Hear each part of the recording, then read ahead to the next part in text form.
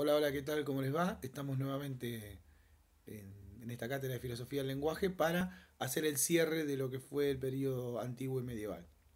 Entonces, para cerrar este periodo, el profe Verón me había pedido que si podíamos trabajar el texto de la búsqueda de la lengua perfecta de Humberto Eco. Es un texto muy interesante, es un texto muy extenso, también como para hacer un video digamos, de 20 o 15 minutos.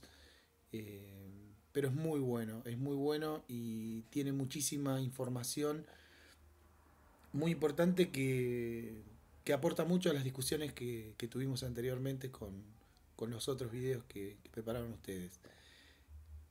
Así que bueno, lo que yo elegí para hacer este video no es un resumen del texto porque se podría hacer un video de cada capítulo.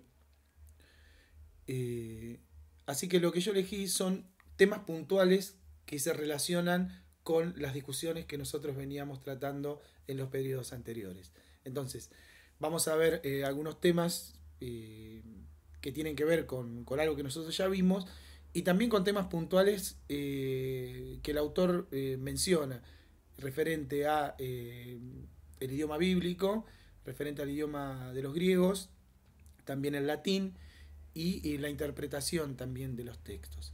Así que vamos a ver un poco esas cuestiones. Y después al final lo que él entiende, lo que sería una lengua madre o, o qué sería ese lenguaje perfecto del cual derivan todos los demás. Entonces al final aparece una pequeña reflexión acerca de ese asunto. Muy bien,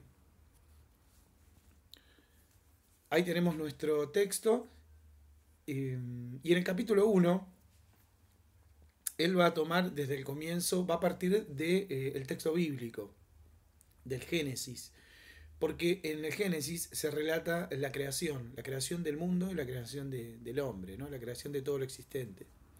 Entonces, en el capítulo uno de Adán a la confusión del lenguaje o la confusión de las lenguas que va a aparecer también en el Génesis en el capítulo 11.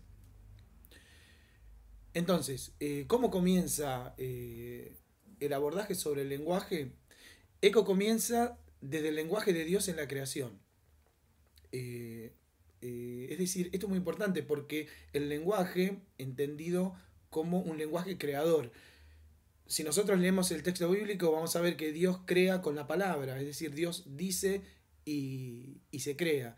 Entonces, ese es el tema que está buscando, ¿no? ¿Cuál sería ese lenguaje de Dios con el cual Dios menciona o pronuncia las cosas y las cosas se crean? ¿O cuál sería ese lenguaje con el cual Dios no solo creó a Adán, sino que se comunicó con ellos, con Adán y con Eva, ¿no? ¿Cuál es ese lenguaje que utilizó Adán también para poder después poner los nombres a las cosas o a los animales como Dios les había mandado? ¿Se acuerda que habíamos visto eso en el ejemplo del video del crátiro de Platón? Entonces, acá juegan un montón de cuestiones que tienen que ver con la incógnita, ¿no? De cuál sería ese lenguaje. El lenguaje pronunciado por Dios mismo, el lenguaje con el que Dios se comunicaba con Adán, y el lenguaje que hablaba Adán, ¿no? Propiamente. Entonces, él parte desde este, ¿cómo es? Del mito, del Génesis, porque entiende de que el lenguaje sería uno solo, aparentemente, ¿no? Aparentemente con lo que el lenguaje que hablarían en ese momento Adán y Eva, pareciera que sería un solo lenguaje, porque después va a venir la confusión, por eso pone en el título de Adán a la confusión del lenguaje, que eso se va a dar en el capítulo 11 en ese evento llamado la Torre de Babel, que aparece en la tapa del texto. Entonces, avanzamos un poquito más.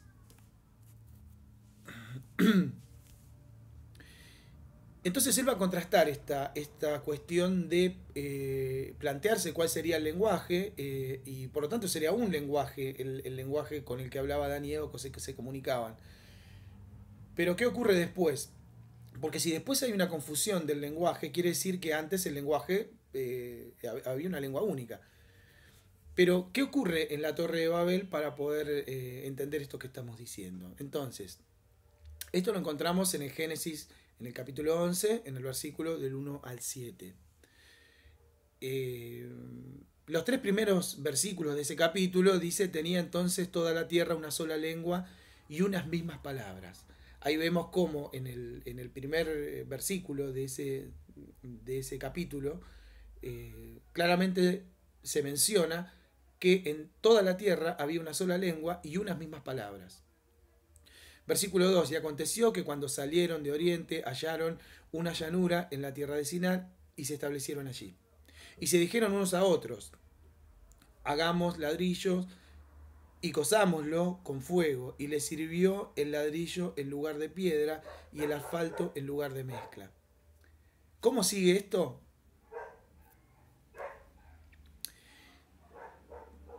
Noten, ¿no? Este es el diálogo de los hombres. Se dice en el texto que son los hijos de los hombres quienes estaban dialogando en ese momento.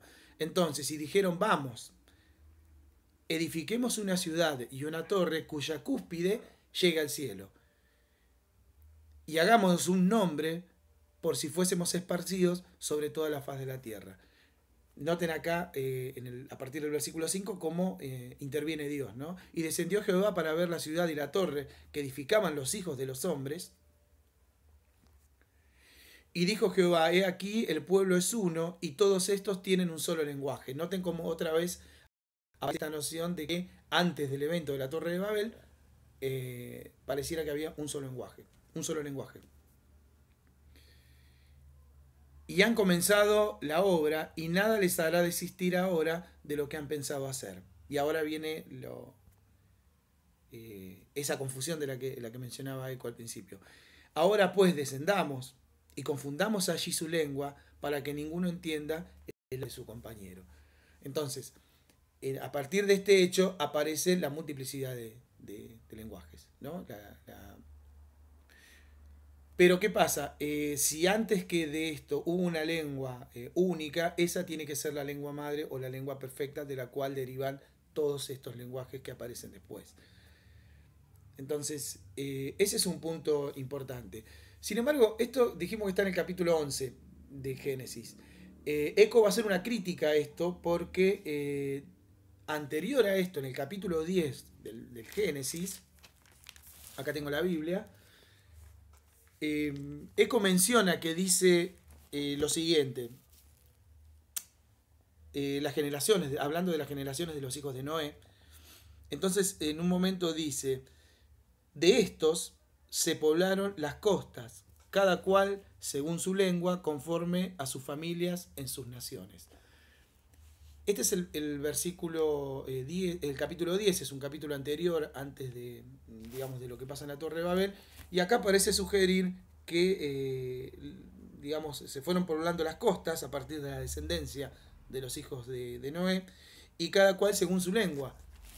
Pero en el capítulo 11 se menciona que había una sola lengua y que después la confusión, o digamos la multiplicidad de idiomas, salió a partir de ese, podríamos decir, castigo de Dios por hacer esa torre y querer tener y querer llegar al cielo.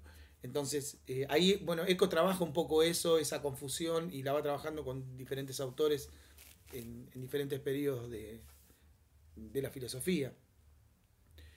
Pero bueno, ahí está planteado el problema, ¿no? De un lenguaje único a muchas lenguas que tendrían en común ese lenguaje único. Entonces, es un texto que está planteado también desde la propia Europa, ¿no? Desde la multiplicidad de lenguajes. Él de hecho lo menciona en la introducción.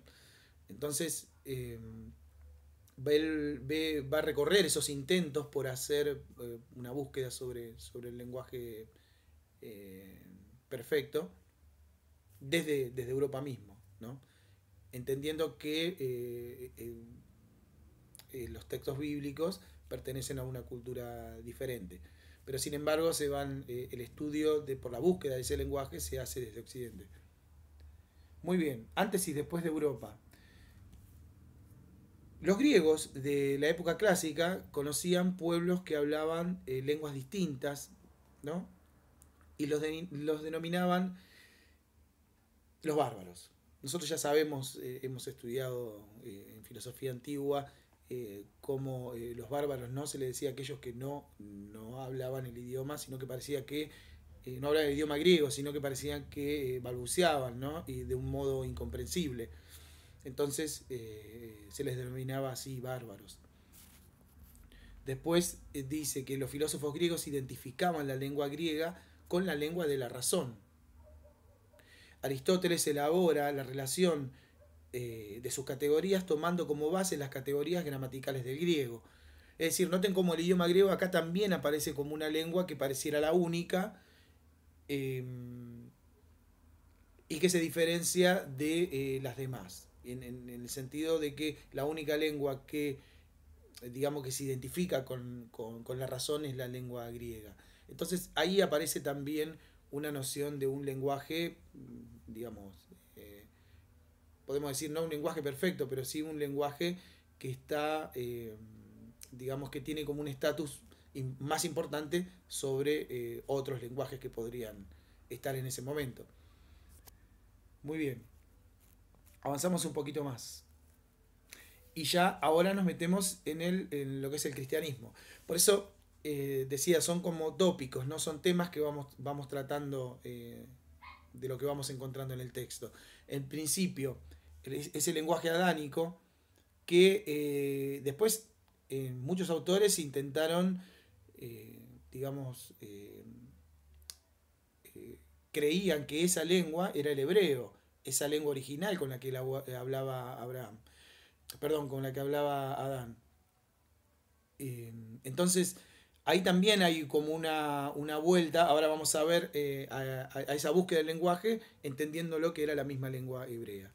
Pero ¿qué pasa con el cristianismo? Porque acá se da una unión entre tres lenguajes diferentes y entre tres mundos diferentes, ¿no?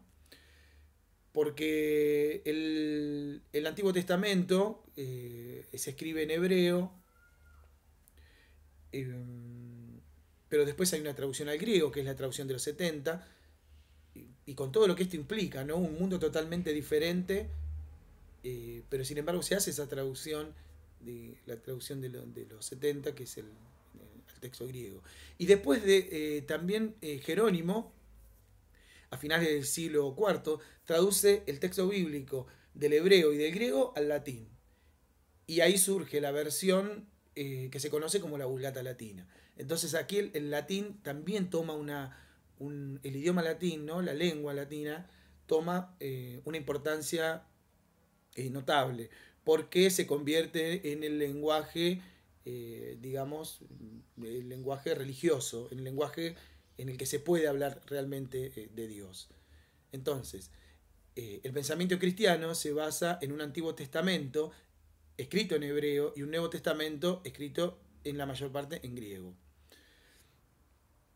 Y acá vamos a ver un poco que se relaciona esto con lo que vimos acerca de San Agustín, ¿no? Agustín desconocía el hebreo y tenía un conocimiento vago, pareciera, del griego. Su problema como intérprete de las escrituras era entender qué quería decir realmente el texto divino. Y del texto divino solo conocía las traducciones latinas. Eco menciona que Agustín en un momento creía que podría ser el hebreo la lengua madre, ¿no? Esa lengua perfecta de la cual derivan los demás. Y aparte que sería la lengua con la cual se pudiera interpretar correctamente la escritura. Pero desconfiaba un poco también de la tradición judía y por lo tanto no persistió esa idea de que, el hebreo era el único lenguaje en el cual se podían comprender el texto sagrado. Entonces, acá hablamos primero de lo que era el lenguaje adánico, emparentado con el hebreo, después hablamos del idioma griego, que está vinculado con la razón, a diferencia de los bárbaros. Acá aparece el idioma latín, con una traducción del texto bíblico en latín, que ya estaba, dijimos, la traducción del Antiguo Testamento en griego y obviamente los textos del Nuevo Testamento que se escribieron en griego. Entonces Jerónimo lo traduce al latín. Muy bien, entonces ya tenemos eh, cómo en diferentes épocas siempre un idioma se consideró quizás más importante que otros. Entonces, después el texto es, como ya les dije, es un texto muy extenso en el cual se van mencionando muchísimas cosas. Entonces, en los capítulos que siguen a esto que nosotros hemos mencionado, aparece también la interpretación cabalista, o sea, los judíos cabalistas entendían la interpretación de la escritura en forma alegórica, es decir, simbólica. Había otras corrientes que eran más literales, pero la característica de la interpretación o la hermenéutica cabalista es alegórica, es decir, el texto, el significado no está en la simple lectura o en la lectura, digamos, literal, sino que en el fondo se esconde un significado oculto que hay que descifrar. Es decir, está todo hablado en alegorías. Y esto también es importante porque los cabalistas hacían eh, cálculos, porque las letras también la identificaban con los números y con cálculos numéricos y hacían interpretaciones eh, que por ahí digamos, la rama que interpretaba literalmente serían cosas que el texto no decía, ¿no? Pero bueno, esas son las distintas interpretaciones que hay, incluso dentro del judaísmo, ¿no? Las distintas hermenéuticas del pueblo judío, cómo interpretaban de diferentes maneras el texto bíblico. Entonces, eso lo menciona. Después va a mencionar la lengua perfecta en Dante, que acá es el latín, ¿no? En el texto de Vulgar y Elocuencia aparece también esta cuestión del latín muy importante en el texto. Habla de Nicolás de Cusa también y otros autores más, menciona infinidad de autores. Y también se tratan temas como la lengua perfecta de las imágenes, el alfabeto egipcio, hace referencia también al alfabeto chino o al idioma chino. Y menciona también las búsquedas de estructuras comunes a todo lenguaje. En este sentido, lo que decía Agustín, lo que decíamos de Agustín, eso de que la búsqueda, digamos que el lenguaje perfecto era el hebreo y demás. Bueno, no fue el único que tuvo esa idea persistió durante mucho tiempo también, y entonces él va mencionando todas estas cuestiones. Va mencionando autores también de la época medieval, del Renacimiento, incluso en la época moderna también. Y también va a mencionar a los contemporáneos, al lenguaje lógico también, a autores que vamos a ver más adelante cuando entremos en la etapa contemporánea. Obviamente va a mencionar a Leibniz, que lo vamos a ver ahora ya cuando entremos al siguiente periodo. Y menciona a Wittgenstein, a Frege, ¿no? con el lenguaje lógico, que también era una búsqueda de un lenguaje perfecto con el cual describir el mundo. Eso lo vamos a ver más adelante.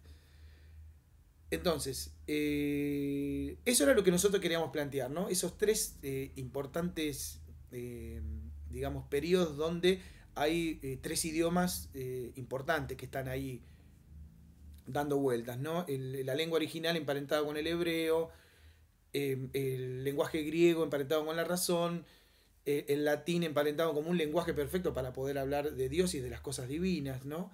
Para referirse a Dios, y ni hablar para lo que es los documentos de la iglesia y demás, ¿no? El latín era entonces un idioma de gran importancia. Muy bien. Sobre el final del texto aparece, digamos, una reflexión que apunta a todo el recorrido del texto. Es decir, todas esas diferentes o esos diferentes intentos por llegar a la lengua perfecta, de la cual derivaron todos los idiomas, todos los autores que menciona, todas las posibles, los estudios que se hicieron y multiplicidad de lenguaje, incluso como decíamos recién, de imágenes y demás. Entonces él hace una reflexión al final y entonces dice lo siguiente: es que las lenguas no pueden haber nacido por convención. Noten cómo acá surge nuevamente aquello que estaba planteado en el Crátilo, ¿no? Esto del naturalismo y convencionalismo. Interesante lo que dice acá. Es que las lenguas no pueden haber nacido por convención, puesto que para acordar las reglas los hombres hubieran necesitado una lengua anterior. Pero si existía esa lengua anterior, ¿por qué los hombres tenían que tomarse la molestia de construir otra? ¿No? Es como algo injustificado, diría él. Entonces ahí está un poco la reflexión sobre esta cuestión del lenguaje. Ahora, después, la solución a esto, o una de las soluciones que menciona acá a un filósofo y teólogo eh, árabe, en realidad era español, que no sé bien cómo se menciona, ¿no? Creo que Ibn Hazm. Pero él dice lo siguiente, este autor: la lengua originaria compendía todas las lenguas. Es decir, la lengua originaria, todas las lenguas que surgieron después, en realidad estaban todas dentro de una lengua madre, o una lengua originaria. Por eso, después vamos a ver en Leibniz cómo hace el intento de poder buscar las estructuras y demás. Pero entonces habría algo en común que tienen que ver con, que todos los lenguajes tienen en común, para llegar a la idea de que pudo existir una lengua originaria. Al final del texto, ya en el final, dice lo siguiente: intentemos aceptar esta sugerencia que nos llega desde lejos. La lengua madre no era una lengua única, sino el conjunto de todas las lenguas. Quizás Adán no tuvo este don, tan solo se le había prometido y el pecado original interrumpió su lento aprendizaje. Pero a sus hijos les queda la herencia de ganarse el pleno y armónico señorío de la Torre de Babel. Así termina el texto. Interesante lo que menciona acá acerca del pecado original, porque esto en teología se menciona los cambios que hubo cuando, si uno, digamos, estudia el mito de la creación o la entrada del pecado y demás, hubo cambios cuando Adán y Eva pecaron. Es decir, cuando ingresa el pecado al mundo, pareciera que ya este mundo no sería el mismo. Entonces, quizás eso también interrumpió o, digamos, condicionó un poco esta cuestión para que nosotros podamos entender ahora cuál sería ese lenguaje perfecto. Pero en definitiva, lo importante que tiene este texto, que lo recomiendo para que lo podamos leer, podamos hacer un grupo de lectura, no sé, o cualquier, en otro espacio que no sea este de filosofía del lenguaje, porque no nos daría todo el tiempo eh, para poder entender todos los capítulos y poder leerlo entero. Entonces, lo importante es que esa búsqueda de la lengua perfecta pareciera que existe. Digo que esa lengua originaria existe por la similitud que podría haber en los demás lenguajes. Sin embargo, me voy a cerrar con lo que él mismo decía, ¿no? Que si la lengua, si esto surge por convención, esos acuerdos tienen que ser generados en base a una lengua anterior. Pero si existía la lengua anterior, ¿qué necesidad habría de crear una nueva? Entonces, es como que no nos queda quizás otras que pensar en qué, o pensar todo esto a partir del mito de la Torre de Babel, en donde surgen la multiplicidad de lenguajes. Así que bueno, este ha sido el video de este texto de Umberto Eco, y espero que, bueno, que ahora sigamos con los demás periodos de la filosofía, que nos quedan dos periodos muy importantes y la verdad que son, por lo menos a mí lo que más, personalmente lo que más me atraen, el periodo moderno y el periodo contemporáneo. Así que bueno, seguiremos ahora con estos periodos y seguramente con la misma metodología de poder que cada uno de ustedes pueda hacer un video y poder elegir un autor y así como veníamos haciendo. Así que bueno, les mando un abrazo virtual a todos y será entonces hasta la próxima.